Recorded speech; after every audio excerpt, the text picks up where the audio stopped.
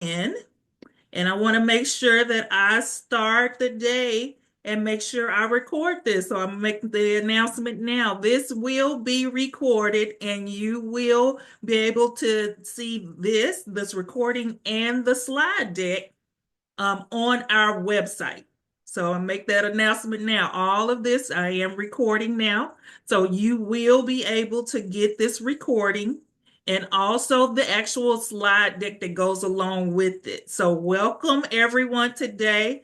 We're starting our day with some great foster care information. So welcome you all. And let's get started. I like to make sure I utilize your time correctly. So here we go.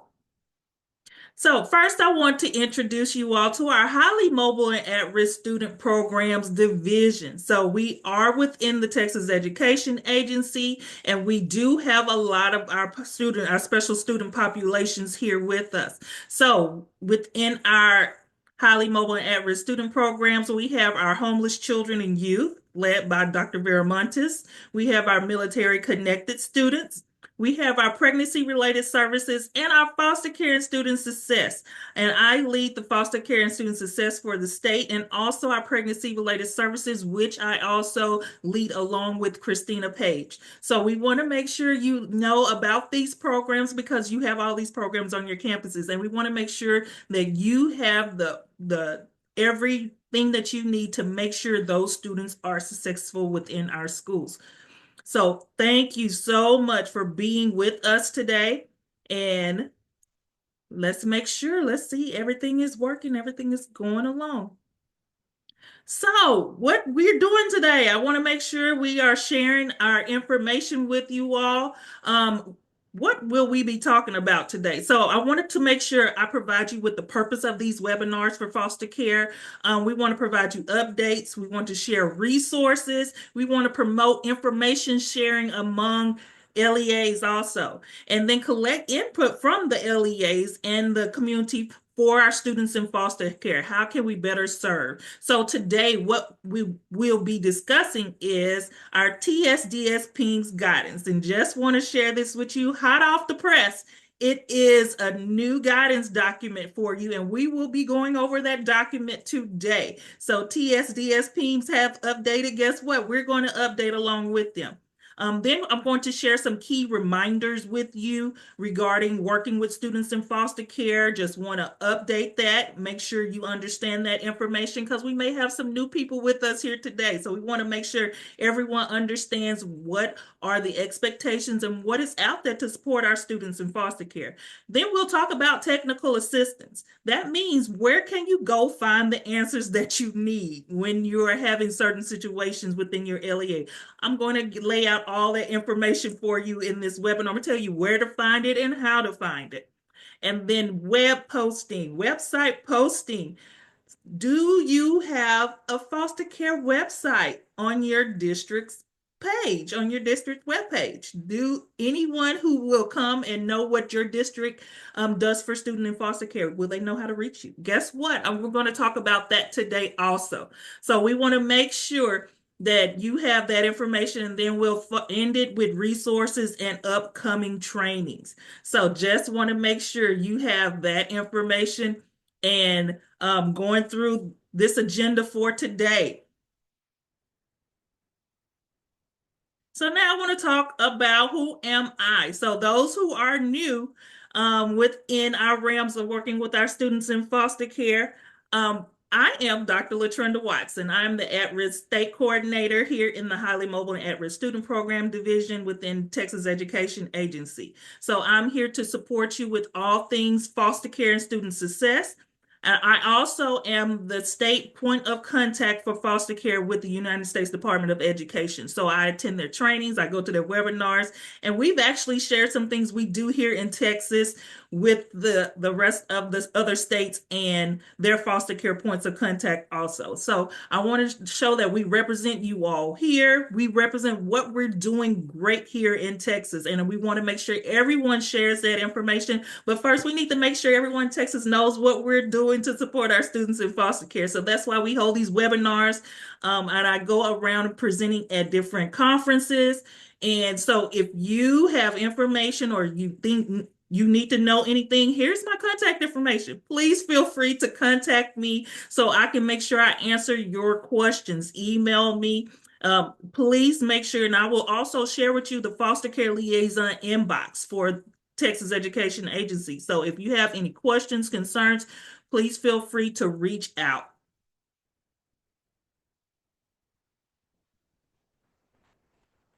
I want to make sure, give you time to make sure you get that information. So next, I have a little poll because I want to know the purpose for everyone being here. And it's great that you are here. And I want to get to know what is your main reason for being here, because we are going to give you great information. And I want to make sure you have all the information that you need. But in order to help me assist you, this would help me a lot to know what is your main purpose for attending? What do you want to learn? What do you want to get out of attending this? Thank you, knowledge. Oh, this is great information. Liaisons. For foster care liaisons, you have a very important job, and we're going to talk about some of that information too. So, updated information. Very good. Very good. New foster care liaisons, we welcome you. We welcome you. Compliance, we will be talking about things that are within the law. Yes. Requirements. Yes, everyone has it covered in here. I want to thank you all for this because this helps me out as I build more and more resources for you. So this helps me as I build those resources to make sure I'm catering to your needs. So I see PEIMS coding on here. We will be talking about PEIMS coding also. So very good information. Connecting with families and children. Yes, we will. I will tell you about how to assist some of those a little bit better too. So thank you all for participating in that. This is very good information, and I hope you are getting some of this information too as you go through to your programs. This will help you all too. So very good. Keep filling it in.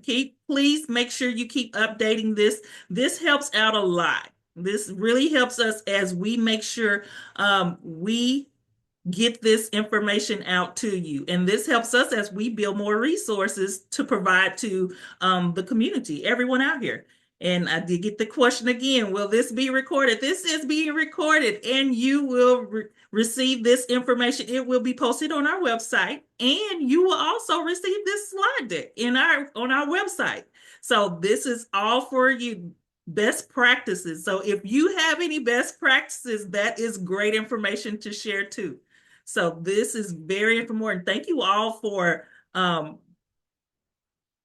filling out the information. It is helpful to others who are on this webinar too as they are going through this. So please make sure you keep filling it out. Keep putting information in for us.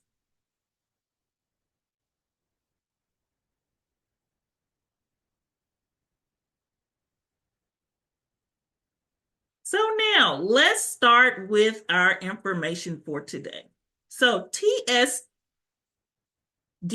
PEIMS guidance. So I want to now share with you, this is new, hot off the press. I don't think anyone has seen it, but it's been on our website and it's on our website right now. This is brand new information that we have updated. We had a previous PEIMS document that was on our website where we provided you with information on how to best make sure you are identifying our students in foster care in our schools and all our Texas public schools and charter schools, public charters. Make sure this is how you are supposed to go about identifying those students. The reasoning why behind TSDS PEIMS. So those PEIMS code, we use those PEIMS code to identify our students within our schools. And remember, if you see any of my other previous webinars, I always talk about the MOU that we have with DFPS. And what are we doing? And we're sharing data. Their data and our PEIMS data, they have not been matching. So what are we going to do? We are going to make sure that everyone understands how to code those students when they come to our schools with the proper documentation and what to do. So I'm going to go through this document. We're going to go step by step, and I want to make sure that everyone understands what's on the document, how to make this document work for our campus. It is downloadable now. I have the actual QR code on here. Make sure you go and download this document, print it out for everyone in your district. All district registers, foster care liaisons, you should have this readily available for you anytime, anything, any place. So foster care liaisons, if you're conducting professional development, which I will talk about in this webinar also, this is one of the things you should be conducting professional development on within your districts. Please make sure you're sharing this information, download it on our website. Let's start going through this document. So before I go through the document, I just want to make sure you understand what the elements are. So we talk about this C196 chart that is within PEIMS. So this is kind of PEIMS talk, but I want to make sure that everyone understands what is happening too, because if you're working with our students and you're coming to the educational realm, or you're in the community and you're working with students in foster care, everyone needs to know this information. So our C196 chart is a way that we are identifying our students in foster care when they come to our school. So when they check in, this is information that we're looking for. This chart was recently updated. So just want to show, that's why I'm showing you this information.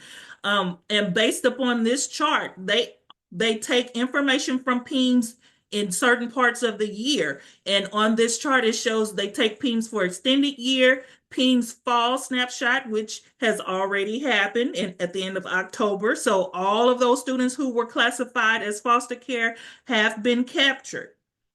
And we want to make sure that you understand what that means for those students. And then also in PEIMS summer, they go back and they capture those who within that system who are classified as foster care students also.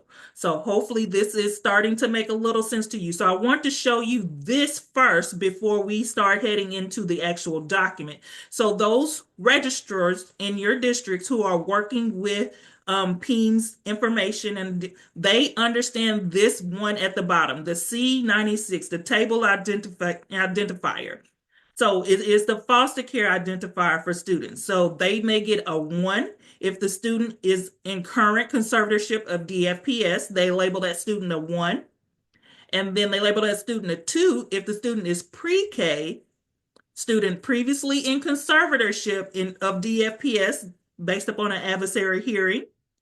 Or the student may get a 3 if they're in pre-K student and prior to foster care in another state, but they now reside in Texas. So remember that number 3 was added in 2021.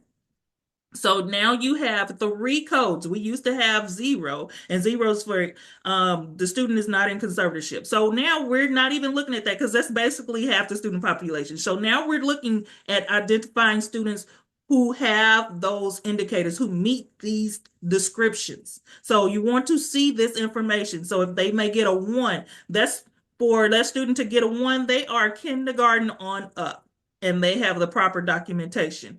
Codes 2 and 3 are strictly for pre-K students. So codes 2 and 3 are strictly for pre-K students. So please make sure you are looking at this information. This information is on TEA's website under TSDS PEIMS. So if you do not know or you haven't seen this information, please make sure you can always go on TEA's website and search any of this information. But remember, I'm going to give you this information in the slide deck on our website after this presentation. So I'm glad people are learning new things today. So here we go. Let's talk about the definition of defining foster care for PEIMS. So TSDS PEIMS. That chart I just showed you, because I want to make sure I showed you that chart first. And now I'm going into the actual guidance document. So let's talk about the guidance document. The general term for foster care for educational purposes are all students who are in managing conservatorship, legal custody of the Texas Department of Family and Protective Services. So that means foster care students, they are not foster care if they are not in conservatorship. Because I always started my trainings, foster care, the key word you're looking for is conservatorship. Moving a student from one place to another place is not conservatorship. They must have conservatorship documentation for that student to be considered foster care. Just want to make sure we clear that up. Now, let's go into the different bullet points of it now. So this student includes that are placed in DFPS with kinship caregiver when the child remains in legal custody of DFPS. So the child may go live with let's say a grandparent, but that child is still in legal custody of DFPS. That's kinship care. They still would have the proper documentation for that. So it's not just a placement, they must have that documentation and still in legal custody. And remember that legal custody is called conservatorship. Next, students who were in or currently in another state's foster care system, but they reside in the state of Texas, are considered foster care. And remember, that is only for pre-K students.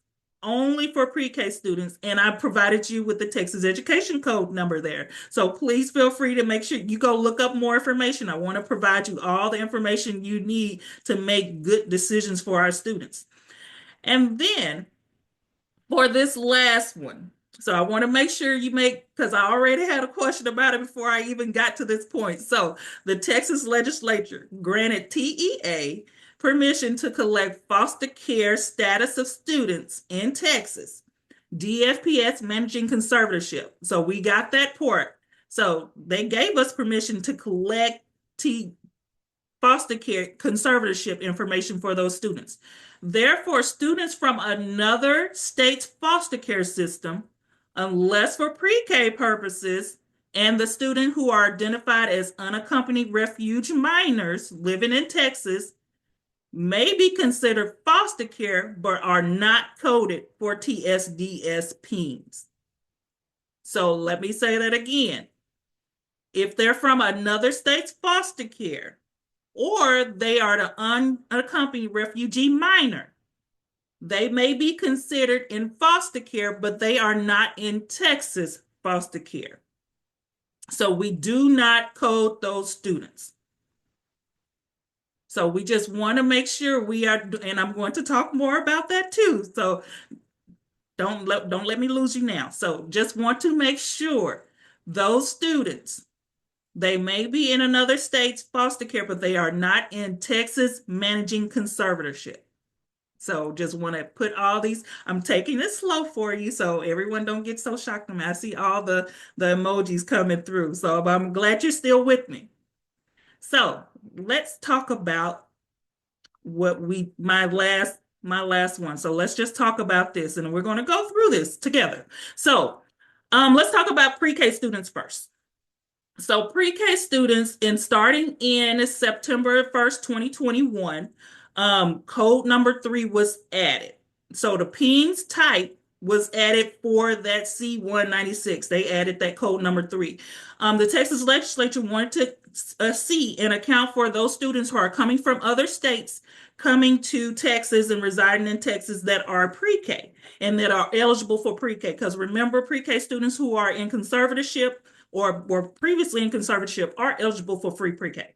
So we want to make sure they wanted to capture that number who students coming from other states coming in the state of Texas. So that's why that code number 3 exists now.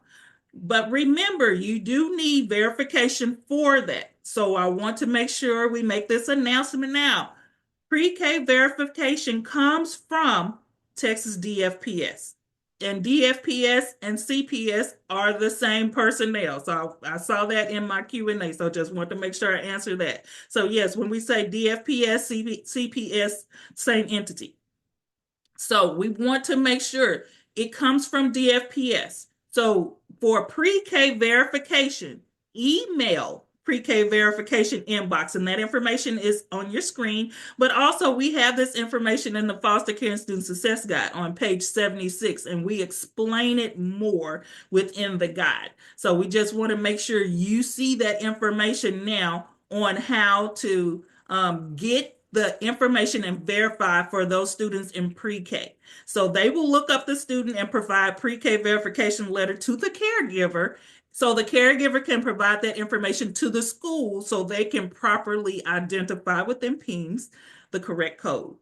So for pre-K verification, please make sure any pre-K verification, and they're in the state of Texas. Now remember, pre-K verification also applies to those students who reside from another state, but they currently live in Texas. You are utilizing that documentation from the state, that state where that student came from. So we want to make sure you know that information.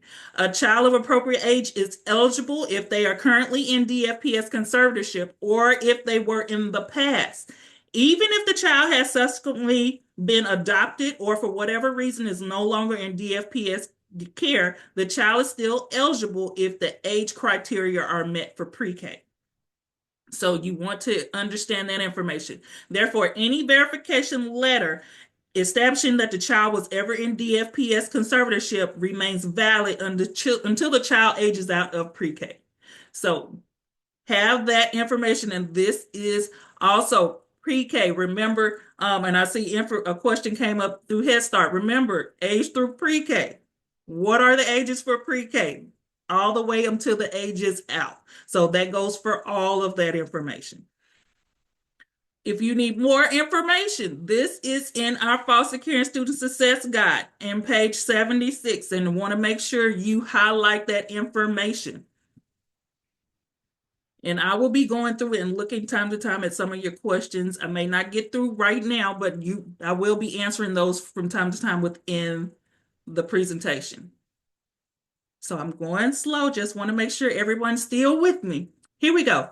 So now let's talk about the unaccompanied refugee minor, because I do have questions about this. So I want to give you proper guidance on this too.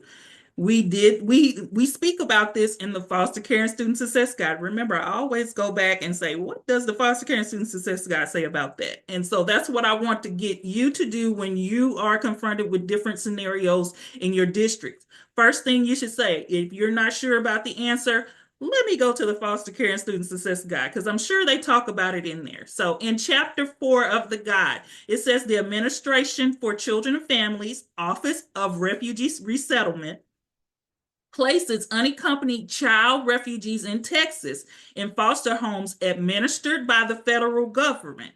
This sometimes is referred to as federal foster care.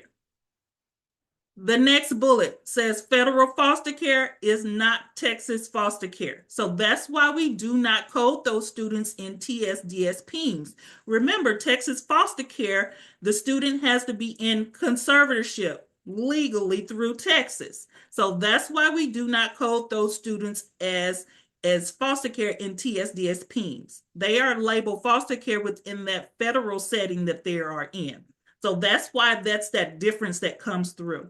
So students in these circumstances, they are still eligible for USDA nutrition benefits as a child in foster care, no matter where they are. They still receive free lunch regardless, and as well as the education and training voucher benefit. So they still can receive those benefits because those are really federal benefits. So those students still receive that free lunch. They are just not classified within our TSDS PEIMS system. So students in these circumstances are not in Texas DFPS managing conservatorship, so they are not coded as foster care in PEIMS. Additionally, students in the program, they are not eligible for that higher education tuition and fee waiver or other state-specific benefits for students in Texas managing conservatorship. So just want to highlight that for you. Further information and further is on page 52 in our text in our foster care and student success guide. So if you want to know more information about that, please check out page 52 in our foster care and student success guide. So hopefully y'all are still with me. We're going through the document step by step. Just want to make sure everyone understands it. So now, here we go. Thank you for those thumbs up. Let me know y'all are still with me. I don't want to go too fast to where y'all are not understanding what I'm talking about. So this next session in the document is the acceptable documentation for those codes. So now we talked about the code table. We talked about the codes 1, 2, and 3. We talked about what does it mean to have those codes. Now we're going to talk about the acceptable documentation to get those codes. For any school to give a student one of those codes, they must have this acceptable documentation. So all students in DFPS managing conservatorship are required to present an education decision maker 2085 or 2085E form at enrollment in accordance with the Family Code section 263.004. If a student does not have this form at enrollment, please request it. So this is for all PEIMS or registers. If they do not have that form and they state they are in foster care, please request that form. This form includes the contact information for the education decision making and caseworker. Schools, in accordance with the Texas Education Code section 25.007 and the Texas Administrative Code section 89.1617, are required to notify the education decision maker and the caseworker regarding any event that may significantly impact the student's education for that child. So it is critical that schools receive this form and store it in with other privacy protected records. So the Foster Care Student Success Resource Guide contains all this additional information.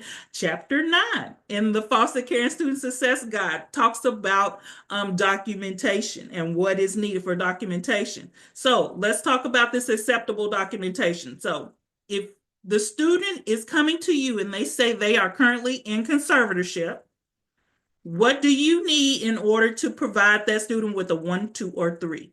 So remember, all forms of the 2085.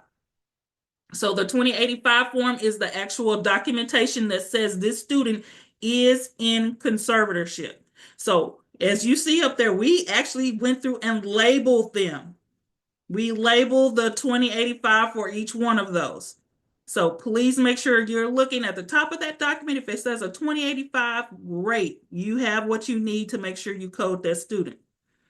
And then other acceptable documentation, DFPS Kinship Caregiver Agreement, and it's 0695. That is acceptable.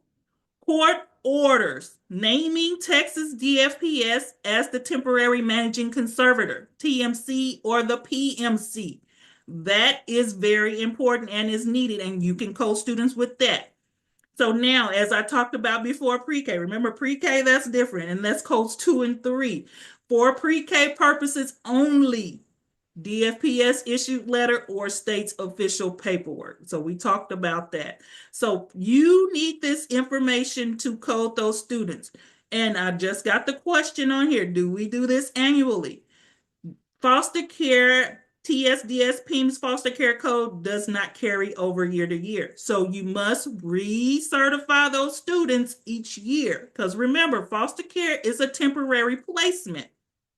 So we want to make sure you recertify those students, and you can ask for updated 2085s. So just want to make sure you understand that information. So please make sure, fix my chair. So please make sure you are updating that information every year, asking for that updated 2085. So if the student is no longer in foster care, they do not have that indicator anymore. So, but once they have that indicator for the year, guess what? It stays with them throughout the whole school year. And we talk about that in our foster care student success guide too. So that's one of our questions that's in there. So please make sure you are looking at that information. So as I see, as I'm going through and I'm looking at, do 2085 get updated every year? Yes. Please make sure you get asked for an updated 2085 because that student may not still be in that placement.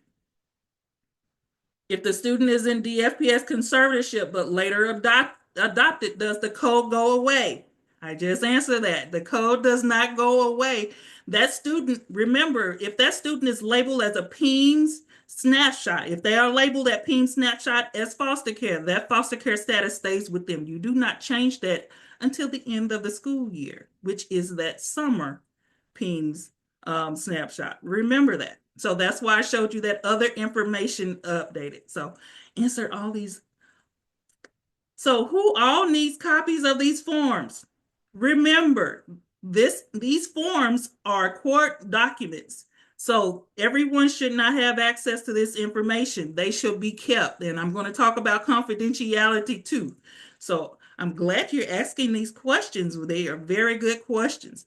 So these are examples of updated documentation.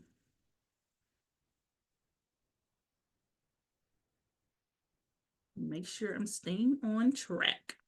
Here we go. Examples of non-acceptable documentation. So I want to highlight this section. These are examples. This is not an exhausted list. These are very important. So if you are interacted with any of these documents, that is not the appropriate documentation to code that student PEIMS. So you have placement authorizations, forms from child placing agencies, letters from child placing agencies. So if you have those documents, if that student is in that setting, students with this documentation are likely in DFPS managing conservatorship, and they will have a 2085. So guess what? You're asking for that 2085, not their placing documents. You want the conservatorship documentation and not their documentation. So please make sure you're looking at that. Next, memorandums and letters on DFPS letterhead.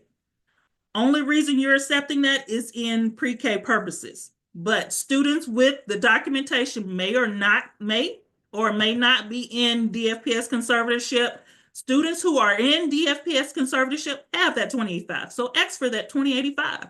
So that's why we're not looking at, we don't want a memorandum, we don't want a letter from DFPS. We want the actual 2085 documentation that has been signed. And remember, you're looking for all signatures, and that student information is on there where you can read it. Student documents from another child welfare system. Remember, we're only accepting that for pre-K students and no one else. So if they're not pre-K, we're not accepting any documentation from a previous state, only from 2085, and it's only given in Texas. Authorization agreement from a non-parent relative to a volunteer caregiver, the state of Texas. Students with this documentation are not in Texas DFPS managing conservatorship. So that's why we want to make sure we show you this information. Agreement with parental child safety placement. No, that is not appropriate documentation. And you see the other information on here. So that's why we provided you with this guidance. So everyone can understand what is appropriate documentation for PEIMS coding, what is not. So those who are coming to register students in school, you already have this information before you even get to the campus, and the campus say, well, this is not appropriate. And then they can pull you out this document. But you have this document already, and please share this with everyone who is within your areas. And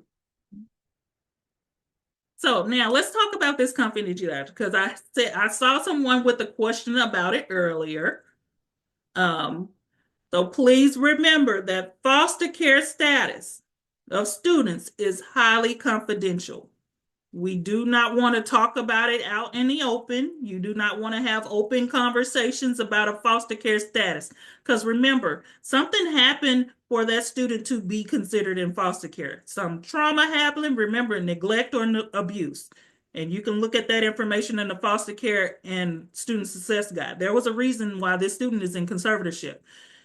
Do not add to that, to any of that situation that the student is having, because you're trying to talk about everything out in the open. Remember, this is confidential, and we want to let it remain be confidential. We don't want to walk around and let everyone know this student is a foster care student. That is not appropriate. So please make sure you are maintaining the confidentiality of these students. Their 2085 or any of that documentation should not be in their cumulative folder. You should have another documents to where those are locked up somewhere, and they're only for those who need to know, administrators, those who are personnel who are working with filling in this information within PEIMS. It is not for everyone. So foster care status and related information should be handled with the utmost sensitivity in accordance with all FERPA guidelines. So all foster care related documents should be stored under lock and key with other privacy protected records. So providing training for registrars, counselors, and school staff on confidentiality and sensitivity in enrolling students in foster care is highly recommended. So we highly recommend that you talk about confidentiality when working with the students. So only those who are working with the students need to know this information. Everyone does not need to know this information. The student is there. We're here to help build their success. So other circumstances, other things may happen. We want to make sure we maintain that confidentiality of that student. So now, before I go, I want to make sure, before I go to the next session, I want to make sure that we talk about, I want to go through some of these questions and comments because I see them all, and remember, I'm by myself. So I want to make sure I look through here to make sure we're talking about different things. So I see, does a pre-K student currently in foster care get a 1 or 2? Pre-K, remember pre-K only gets 2 or 3 depending on their pre-K status. So please make sure you look back at that.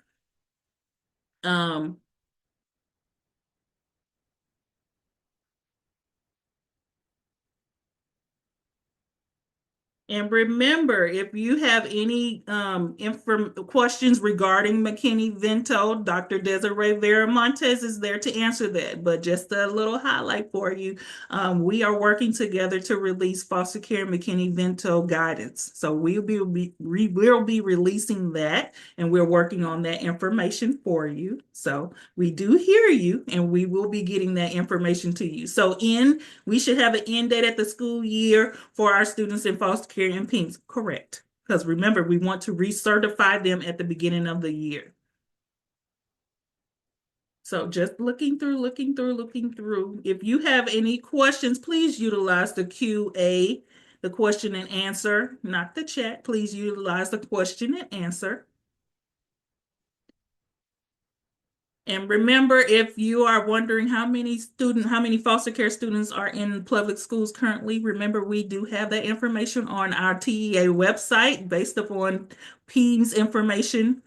Please look at our data information on our PEIMS website that will give you that information because I don't have it on right now. And just so I want to make sure where you go. Where could we download the new coding form? Remember, the new coding form is on our resources and information page, Foster Care and Student Success Guide on our information page. And I will go back and show you that QR code. So let me see if I can go back and show you that QR code, because remember, this is a training session. Here's the QR code. So if you did not get a chance to get and see where this form is downloadable, please make sure you download that now. Good question. Here we go. Would it be inappropriate for a district to use identifier in their student information management system showing a foster care status? Very good question. Student information management systems do have information that say this student is in foster care. Remember, those only certified personnel can have that information. And I think that is a very good place to have that information because your student information management system talks to PEIMS. So that should be a very good indicator. So only those who have permissions to student information systems. So yes, that is a place where you can have foster care status of that student placed in there because everybody doesn't have access to your student information management systems. Thank you for asking that question. So someone asked about explaining code 2. I will go back to this slide and I won't take too much every time. I'll just do a couple more questions. Code 2, if the student was previously in foster care or currently in foster care, and that's for only pre-K students. So remember, you have to get the pre-K verification letter in order to make sure you get that student a 2. So if they're currently in foster care, you can have that 2085 and for that pre-K student. But if they were previously in foster care, you're asking for that pre-K verification letter. So I want to make sure I answered that one.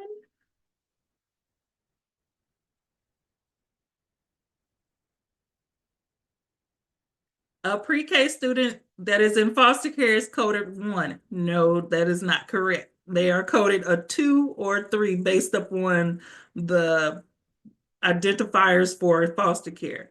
All students who are in grades kinder through 12th grade are labeled a 1, and they currently have information for students in foster care.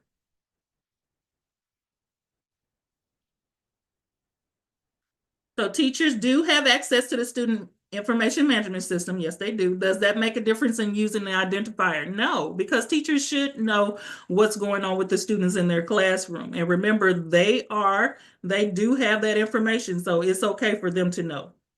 So just want to answer those couple of questions for you. And remember, you can always reach out to me with the email address that I gave you earlier. So please feel free to email if any question that you did not get answered today. Please feel free to email me or email the foster care liaison inbox. I do answer that inbox and I get that. I try to get those answers back to you as soon as possible, as soon as I can see them. So please, if you have any questions that I'm not getting answered today, because we do have a time period, please make sure you still feel free to inbox us. So I still have everybody with me. Let's go through key reminders for the year. So the main thing, here are some things I want you to look at, especially if you are new, especially you're new to foster care and we're still trying to understand education in foster care, because remember, this is Texas Education Agency. I'm telling you everything from the foster care perspective in education world. So who is your district's foster care point of contact? Do you know? I just came back from a conference and that was one of my questions. Do you know who your district's point of contact for foster care is? And I got some people who did not know. So I want to be able to make sure you understand that it is very important that everyone in your district knows that if you are the contact for foster care in your district, everyone in your district should know who to come to if they have a question. So please make sure you are having trainings or providing your information. Send out a little newsletter. Put information out there to your district stating at the beginning of the year, I have been appointed the foster care point of contact for the district. If you have any questions or if you have any students and you have questions as soon as they register, please let me know. It's getting the information out there to your district. Everyone should know who to contact, when, and how, and about what. So I always say, please put that information out there. Remember, it is required by Texas Education Code that every district have a foster care liaison. It is required by law. ESSA also requires every Student Succeed Act, and that's a federal act, also requires every state to have a point of foster care point of contact. I am your state foster care point of contact.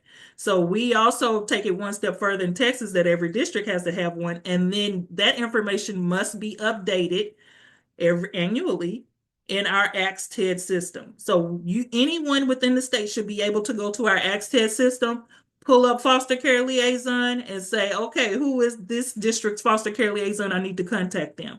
You are able to do that. And I'm going to show you information about XTED in this presentation also. Know your district and campus procedures with foster care identification. So what do you know what your district's policies and procedures are regarding students in foster care? If you don't, please make sure you follow through with that after this webinar today. So what are your policies and procedures regarding enrollment? What are they regarding withdrawal? You should have this information and this should be stated somewhere, and everyone in your district should know that information. So this is some key reminders for you. So hopefully it's some homework. So after this webinar, you are able to go and research this information and then let everyone else know also. So ensure proper documentation is obtained for PEIMS code identification. And we just went through a document that we recently released that lets you know what is the proper documentation and lets everyone know in your district what is the proper documentation to code students foster care. Because when we pull that information, we want to know that we're pulling the correct information from every district. And then consider your frequency of foster care trainings during the year. How many trainings are you giving?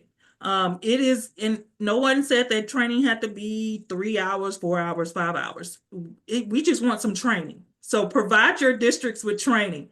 I give webinars throughout the year. So I give a webinar in the fall, I give one in the spring. I also give updates during our HMAR webinar. So you may see me a lot. I want to make sure you have that information. Our website is updated. So foster care. And I'm also going to talk about our office hours. Those are time too to come back, especially with some of these questions I'm not able to answer today. Come to our office hours. I'm able to discuss with you then. So if I'm offering all of these trainings, please make sure you're offering a lot of trainings within your district. At least one at the beginning of the year, have a little middle of the year update, and then especially at the end of the year, so we know how to close out those students and make sure we are categorizing those students, offering them help during the summertime, those concerns. So please make sure you are having trainings and look at the frequency of those trainings. And then maintain district foster care data. Please maintain that data because we are pulling that data from you all and we're reporting that data because we have to report it to the USDE, Department of Education. We have to report that information. So we want to make sure you should know who your students in foster care are within your district because we're pulling that from you and we're trusting you that you're utilizing the correct identification, you have that proper paperwork, and you're assisting those students as they go through your district. So please make sure you are utilizing and looking at that information. Hopefully I'm providing y'all with some good information today. Next, here we go. Our transition assistance toolkit. We worked on this rule a lot, and those who are new, please download this as soon as possible because this rule goes for all students who are homeless and also students in substitute care. So substitute care is conservatorship. So that's just another word we're using for conservatorship.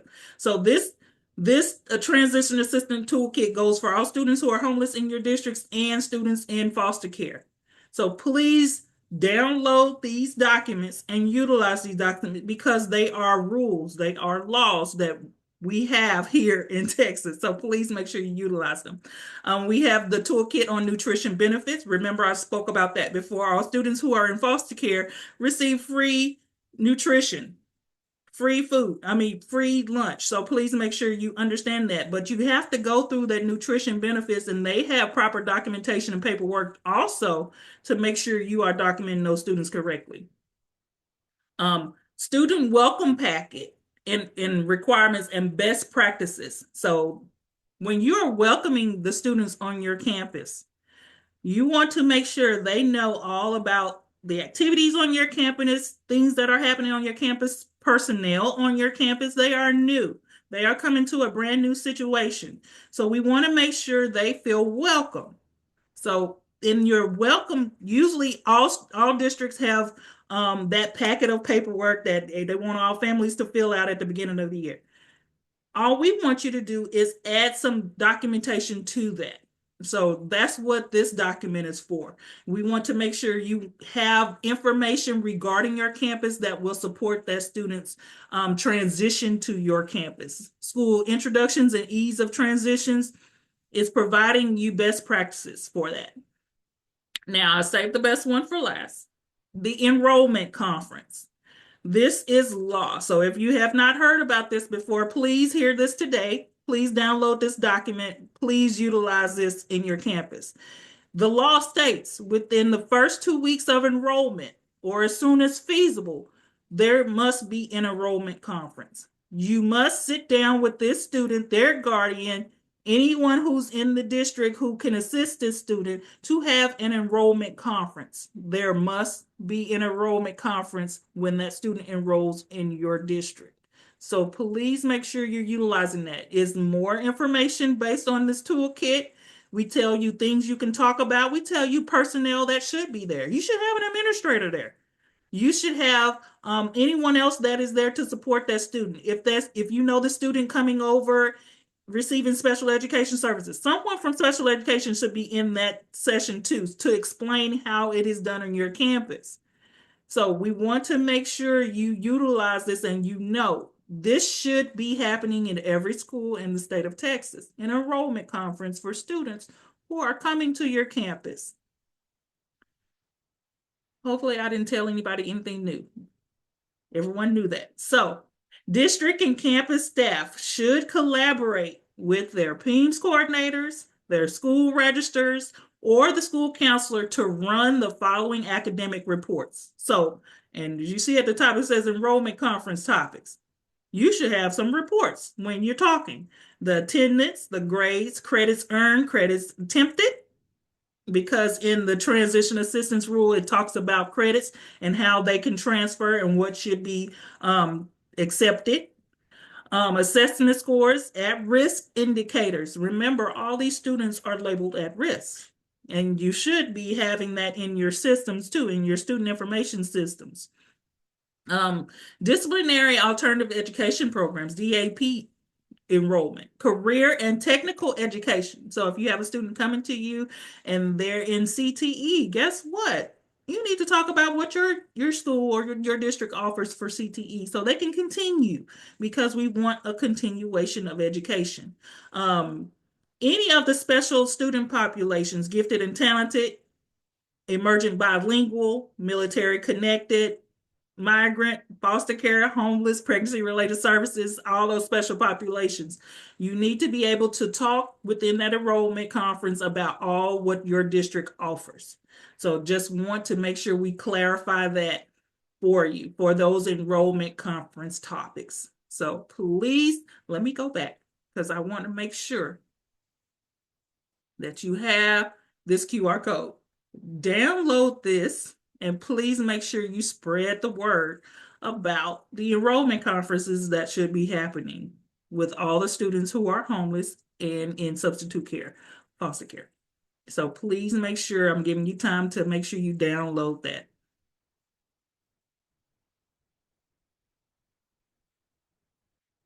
Okay. Now, here we go. Technical assistance. How can we help ourselves? And remember, I work for the state. So I'm supporting all of you. So am I readily available for you all at all times? I'm not. So, but I do want to assist you. So that's why I always tell you about my email. Please email, please let me know if you have anything. But what I want to do now is provide you with ways that if you have concerns on your campus or things that come up on your campus and you're not sure about, I'm going to tell you what you need to do to actually find the answers right then, right there. So you don't have to wait on me providing you the answers or any of that. So here we go. First things first, foster care and student success guide. So anytime you even email me and you ask me a question, guess what? The first thing I'm going to say in the foster care and student success guide, on page so-and-so, in chapter so-and-so. I always do that because I want you to know that this is your first place you need to go to find answers. questions, if anyone comes to you as new foster care liaisons and say, this situation is happening, first thing you should do is grab that foster care and student success guide and let me look that up for you right quick. And remember, this is downloadable. You can print it out yourself. We are not doing printing at this time. So please make sure you download this, share this link with everyone. I think every administrator on your campus should have this foster care and student success guide. Email it to them after this training today and say, this is very important. We're supporting our students in foster care. Everyone should have this guide. So please make sure you are looking at this guide. Anything that is foster care and student success related is in this guide. And we have 13 chapters. And I think some of the questions that y'all have been asking me so far, they are related in this guide. And they couldn't be answered in this guide. So please take a look, take time, go through the chapters, view certain information. I didn't say you have to read it page to page. You don't. Remember, I conducted an actual training for each chapter in this guide. It is on our website. You can go on our website right now. You can pull the actual training deck I use, and you can watch the recording of every chapter in this foster care guide to get a more explanation of it. We just didn't put it out there for you and say, go read it. No, I provided you training for it. All the trainings are on our website. So please make sure you go view the trainings. You can say, oh, I want to know more about this chapter. Pull that chapter up. Look at that slide deck. Look at the actual recording for it. So please make sure you utilizing that. That will help you out a lot. Let this be your first place you go for support. Then the next place you should go for support, and I know some of them are probably on this training right now. Every ESC has a foster care champion. These are the foster care champions. We may need to change one or two names, but for the most part, every ESC Education Service Center has a foster care champion.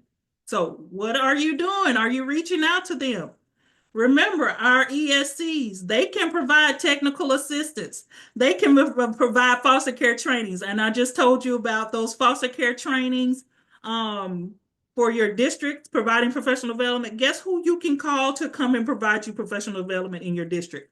An ESC foster care champion. And they're right there locally with you because I am not local right there around you. So that's why we have ESC. Every ESC has a foster care champion.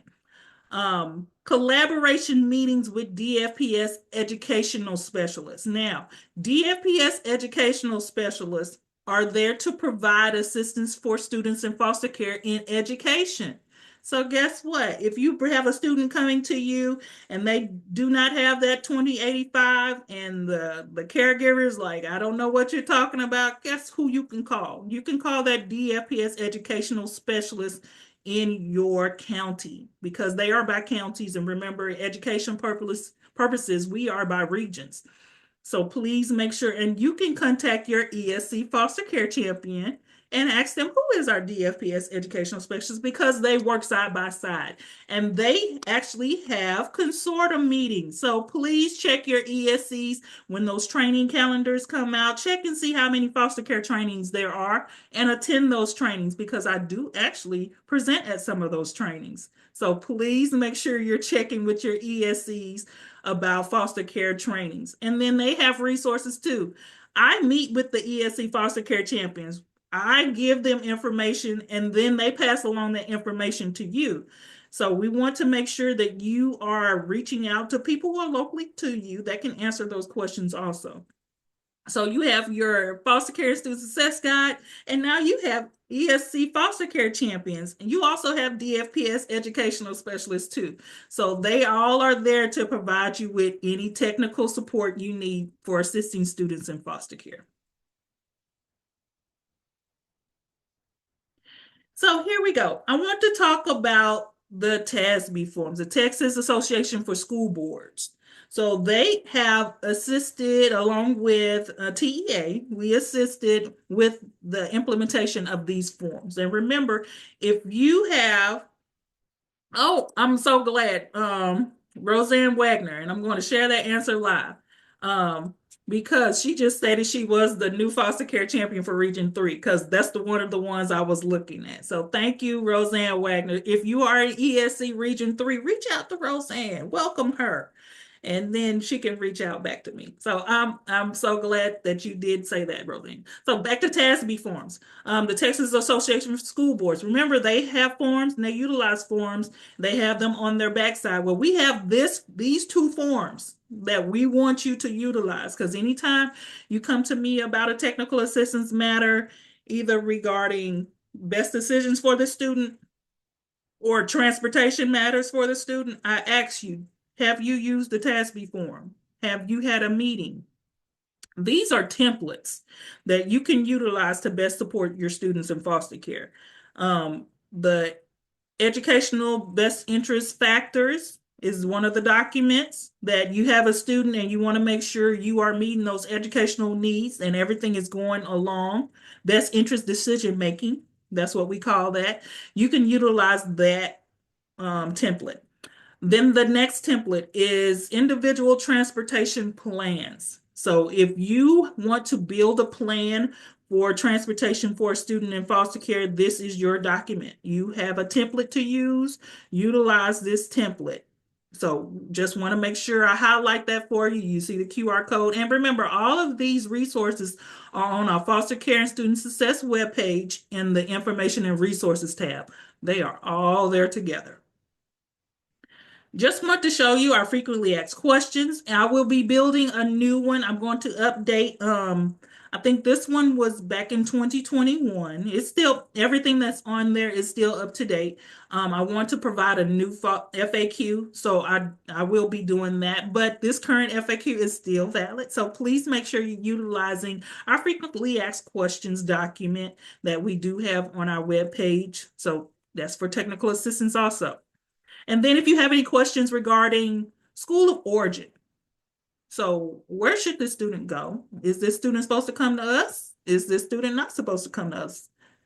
That's something you should ask. So please look at that student school of origin resource. This is a very good resource. It has example scenarios on there. If this happened, and then we provide you with the answer. So we did that. We provided you with 4 scenarios on there. It's a very good resource. So please make sure you're looking at that. So next, I have this quick poll. We won't take too long because I don't want to utilize all your time. So what are some foster care concerns you have had in LEAs? What are some of those concerns that you have had that you have seen? And remember, all your answers go to assist me in providing more technical support. So there's a twofold answer to this, but we also want you all to see what is happening around the state, because you all are here from around the state and there is a lot of you on this webinar call. So, but we want to make sure things and concerns that you have, we want to see those concerns and we want to let you know that other people see those concerns too. Foster care students refusing to attend school. Yes, we do have those situations around.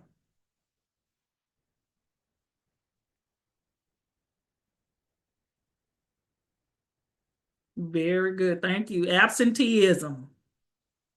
I don't know why y'all are trying to be anonymous, but it's okay. We're going to talk about in our upcoming webinar. I'm going to just give you a highlight because you all came here today. Let me share something with you. I will be talking about foster care and discipline in our upcoming webinar.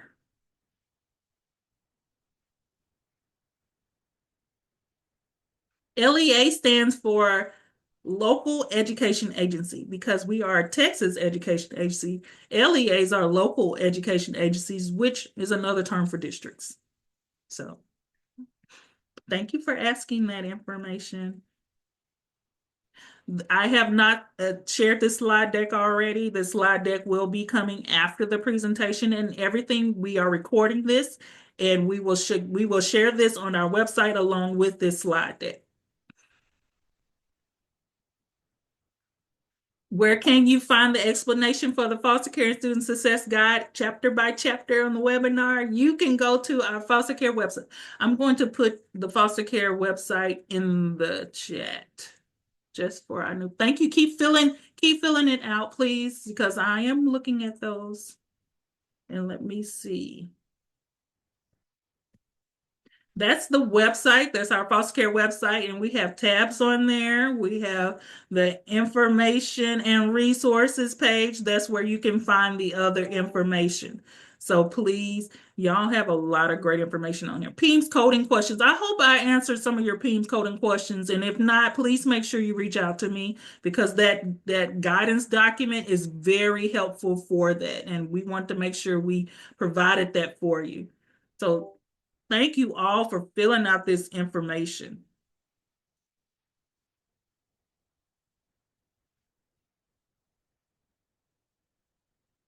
Very good. And please,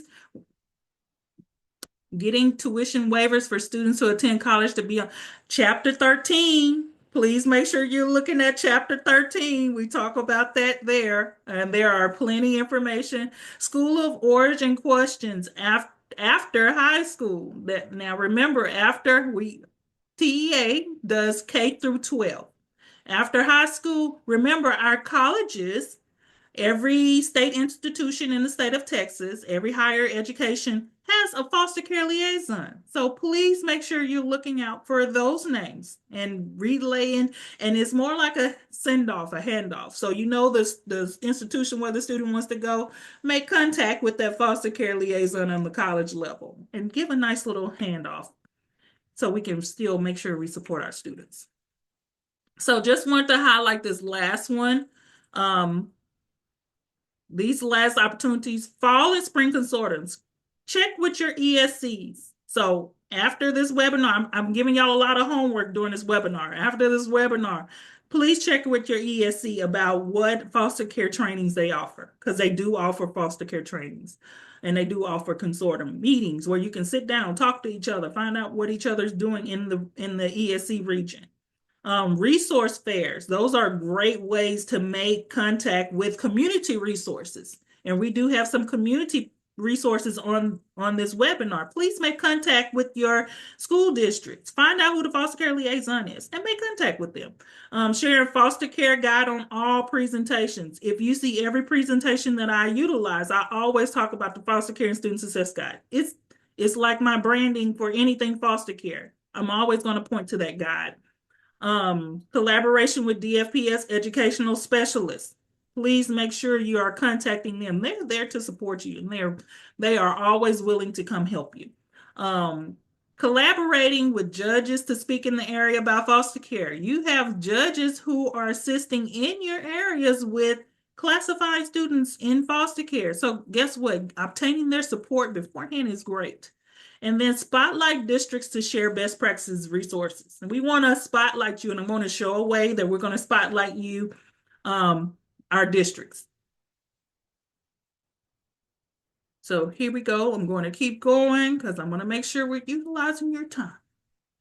And I'm going to answer some of your questions too. I see them. So foster care website. So district foster care websites. Is it mandatory? It is not. But is it a best practice? Yes, it is. It is a best practice to have a foster care website because they need to know who to contact. District foster care liaisons, please make sure you have your contact information on your district's website. It'll be so great if we could go up there and press departments for every school district, and we see foster care, we press that, and then we have a name, a number, and then information of ways to assist students. This is a very good best practice. So I hope everyone, and I'm going to share some with you today. I'm just not going to just tell you information. I'm going to share that with you. Have that required documentation for coding foster care. This PEIMS document that I just gave you today, it's a good start. So please have that information. But remember, be specific to your district. Your district has policies and procedures. So I want to make sure you always highlight your district policies and procedures. I'm going to always highlight the law. So please make sure you're highlighting your district policy and procedures along with the law. The resources in your area. If you have resources in your area, please make sure you're highlighting them on your foster care website. So anyone, any families, any community personnel who are assisting students in your area with students in foster care, they can have that information. You can have that information on your website. District policy procedures, just like I stated, foster care laws and guidance. ESSA is number one.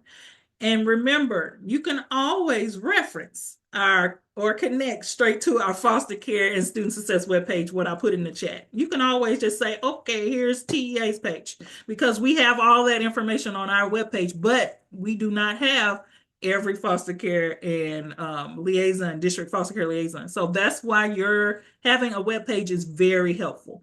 And always reference the student and success guide on your district foster care web pages. So some suggestions and ways to build that. Consult your ESC foster care champions. Most of ESC foster care champions, they have foster care web pages. So please go to your ESC and you can just say ESC 1 and look at the foster care page. ESC 4, look at the foster care page. So look at your ESCs and see what they have. Visit other districts' foster care web pages. And I just happened to screenshot Grand Prairie ISD, shout out to them. This is what I pulled up. When I pulled up their foster care webpage, I was happy to see it.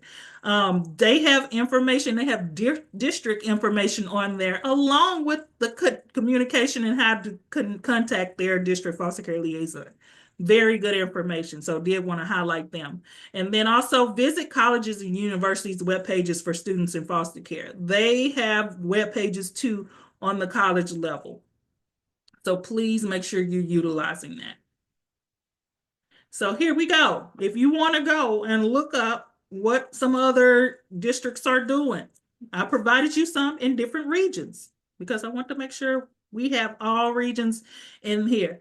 So McAllen ISD ESC 1, very good job on getting that information out. And I make sure you see that information. A-Leaf ISD in ESC 4, shout out to them. Building that foster care webpage, they have an actual picture of their foster care liaison on there with her contact information. New Caney ISD in ESC 6, shout out to you all. They have very laid out their information on their webpage. Lake Worth ISD in ESC 11, shout out to you all, pulling that webpage up and just seeing the information that you have readily available. Austin ISD in ESC 13, that contact information is there. So please make sure you're contacting them there. And San Angelo ISD ESC 15. So we want to make sure just to highlight just a couple, because there are a lot more ESCs who have foster care web pages, but then we have some who don't. So please make sure, encourage your districts to have that foster care page to just provide basic information to anyone who might be looking through and want to help support students in foster care in your district. So let's take a short viewpoint. And I see Ann Caldwell, which is one of my ESC foster care champions, shouting out her Grand Prairie ISD ESC 10. So just want to let you know you have ESC foster care champions. They do support you. Please reach out to your ESC. So hopefully ESC foster care champions, our next meeting, I want to hear an influx of emails coming to you asking you about meetings, questions, and information like that. Does this website have to be a separate website? No, it could be within your district website. Remember, most districts, your district page, they have departments or information within those departments. So whoever ever the foster care program falls in within any one of those areas, you can just build it from there, or it could be a click in one page of just foster care information. But it's good to have for community purposes and any other too. So just want to make sure you have that. A question that I received from previous, how long does it take to get verification letter once the email is sent? That is another entity, so I cannot speak upon how long it may take to receive verification because that's through DFPS and not through us. So I do not have an actual specific time for that. So thank you all for that. Oh, here we go. We're at the end. We're closing it out now. So resources and training. So we always want to prepare you for what we're doing and how we're here to help you all, and things you can go back and take to your districts based upon what you've heard here today. So our highly mobile and at-risk student programs, we hold webinars 4 throughout the year. We have another one coming up. If you missed our first one, remember all of these webinars are archived on our website. So you can always feel free to go on there and view them. Our next one is November the 14th. We have a webinar, and each one of the programs are Homeless Children and Youth Program, our Military Connected, Pregnancy-Related Services, and Foster Care. We are all giving updates in one setting. So you can come to one webinar and see all of those programs and information and updates for each one of those programs. So please feel free to make arrangements to come to these trainings and these webinars. So here's the dates for the rest of the year. So the next foster care training, when is it? It is March 7th, 2025. Remember, I try to hold one in the fall and then another one in the spring. But remember, in the meantime, I'm at conferences in other places. So please feel free to let me know, see what's going on. Please feel free to come and attend this next one. I will have more information. It will be always different. I don't want to give you the same thing. The only thing that's same on these webinars is Foster Care and Student Success Guide. I always reference that. So please make arrangements to come to Foster Care webinar number 2 on March 7, 2025. Office hours. I started these. I've been with the agency for 3 years now, and I started these slowly. At first, I started with office hours for ESC foster care champions, and then last year I had 3 office hours. So they become popular. So I've increased them. So this year I'll be offering 5 opportunities for office hours to come and speak with me. And you can ask questions, especially any of those questions you have here today. So please make sure you have these office hours opportunities. They are structured because it's just one of me and I'm providing access to the states, but I still want to make sure we have time to answer questions specifically related to any of your concerns or any scenarios in your area. So please come and visit one of those office hours. And then the guide. Remember, I always want to highlight the guide. So you have the actual guide, and we talked about that earlier. Our Ask TED, and then I mentioned this earlier, but I want to make sure you have this information. So Ask TED is the search. This is where everyone who is a district foster care liaison should be listed. We have put our guidance on how you can search those names and that information. So please make sure, here you go. Please download that QR code and it takes you straight to how to search for foster care liaisons or anyone within the district. You can search for McKinney-Vento liaisons also with this. And even if you want to see who your ESC foster care champion is, you can actually search that in AxTED also. So please make sure you are viewing that information within AxTED. And the updated guidance with that, with pictures to match on how to search for those foster care liaisons. So hopefully the majority of you here today received the foster care web newsletter that just went out in October that advertised this. So I want to thank you all for coming today if you did. But remember, you can always send that information to others. Let them be aware of up-to-date matters. I do put out newsletters, and I want to make sure you see those new newsletters as soon as they come out. And I don't want someone to forward it to you. Did you know about this? How about signing up so you can receive it to your inbox yourself? So please make sure you, and I talked about the office hours on the last one. I highlighted the Foster Care and Education Summit. This is our second year of having that summit. And I heard you as soon as I entered this position, you said you just wanted a training just for foster care matters only. So guess what? We've done 2 years of summits that was catered to nothing but ESSA implementation for students in foster care. So Please look at the past with this newsletter. The newsletter, if you did not get it, it's on our website under information and resources. I always tag it there. So please, you can go back and click on it and view what was in the previous webinar. And I also included free driver education and license exam youth for youth in foster care. I always try to include resources within newsletters that you may not be aware of. That's free information for students in foster care. And then foster care liaison recognition. So if you have a foster care liaison in your district who goes above and beyond, who's doing everything they need to do to provide for students in foster care, please let me know. I want to highlight them in the newsletter. So please email fostercareliaison@tea.texas.gov. This is very good way to show love. We want to show love. We want to do that recognition. We want to spotlight and highlight all those who are doing great things for our students in foster care. So please make sure you let me know. So if you're asking, how can you sign up for newsletters?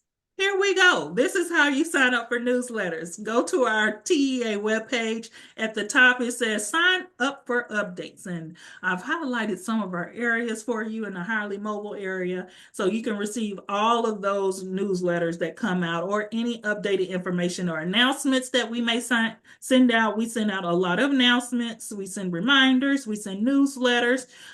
We just want to make sure that you are well informed about supporting our students. So I'm doing good on time. Thank you all for being here today. So this is the foster care inbox because I want to make sure I showed you this today. Hopefully this training has been helpful for you and answered a couple of questions that you may have had. I wanted to make sure I provide you with information that supports you. So if you have any questions after this webinar that you had or any other concerns or something that pops up, always email fostercareliaison@tea.texas.gov. Please make sure you do that, and I will get back with you. And remember, all my answers will come from the foster care and student success guide. And we are actually in the process of updating that. So if you have any questions, and most time your questions lead to updates. So please make sure you're reaching out to us. We always want to hear what is happening in the field and to make sure that everyone can benefit from any best practices. So guess what? Our office hours, anything that you share that you're doing in your district that works for other districts, it may happen to be in the foster care guide one day, and we'll ask for permission. But we want to make sure that everyone in the state understands and know how we can support our students in foster care. So please make sure foster care liaison at tea.texas.gov. So I was looking through, just trying to look at any other questions. Some questions I'm unable to answer because it may require a little more information on my part, and I want to make sure I answer it correctly. Some questions are very, very specific to certain situations. So that's why you may not have seen certain things. Here's what should the date be for updated acceptable documentation forms first day of school? So if there is no actual update date, if that student has changed placements and they're coming to your campus now and they see and something's happening, if you see it is updated within the summer time frame within the first beginning of the school year, that is an acceptable documentation, and it did happen within a certain time frame. You can always talk to either the caseworker or the DFPS educational specialist to see if it is updated. So remember, utilize your resources that you may have. And also, before everyone starts leaving out, please make sure you fill out the survey. Even when the webinar is over, a window will pop up for the survey. This is to provide me feedback. I want to hear your feedback on how we can better present information for you, to get information out to everyone. So I want to thank you all for attending today. I'll go through and look at some more questions to see if we can answer them because we do have a little more time. But thank you all for spending your time with me today to answer questions about foster care and student success. Hopefully, you've learned some things you can take back to your districts to update your district policies and procedures and anything that will go to support our students in foster care. I want to thank you all so much for attending today. Please reach out if you have any questions, comments, or concerns. Thank you all for the claps and hand emojis and all of that. We appreciate seeing those. But until next time, hopefully I'll see you at our next HMAR webinar. Also, we have the foster care office hour in November. So those two more opportunities, I should see you if you have any questions and concerns. So please reach out to us anytime. We want to thank you for spending your morning with us and have a great rest of your day. Thank you all for attending.